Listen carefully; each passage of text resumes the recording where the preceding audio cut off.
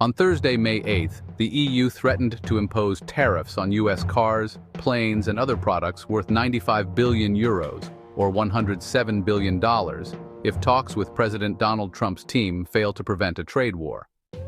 The European Commission also said it would file a complaint with the World Trade Organization, or WTO, over Trump's heavy tariffs on the EU.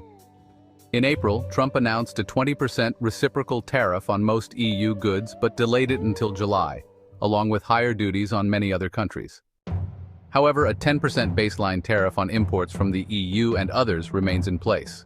The EU wants to avoid a full trade war by reaching a deal but is ready to retaliate if Trump reimposes his tariffs.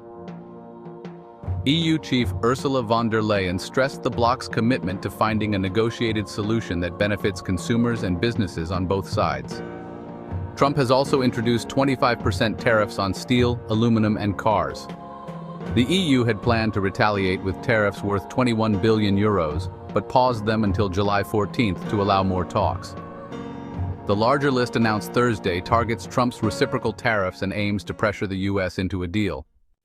There is some hope after Trump reached a trade agreement with Britain, his first since starting the tariff measures.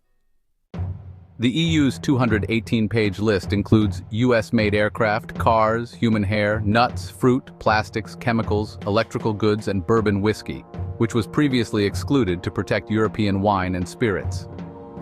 Planes and cars are among the highest value targets, worth €10.5 billion and over €12 billion respectively. Plastics and chemicals, worth €12.9 billion, are also included. The EU has warned it may take stronger steps, including targeting US big tech companies. All options remain on the table, a senior EU official said. Trump's April 2nd announcement of tariffs on many countries, including allies like the EU and China, caused global market turmoil before a 90-day pause for negotiations. EU officials have held talks in Washington but seen little progress. Meanwhile, the EU plans to soon launch a WTO dispute over the auto tariffs and 20% duties, calling them violations of WTO rules. EU Trade Chief Maros Sefcovic told the European Parliament that 70% of the EU's exports face tariffs of 10 to 25%. With ongoing US probes into sectors like pharmaceuticals and lumber, about €549 billion, which is 97% of EU exports to the US, could eventually be affected.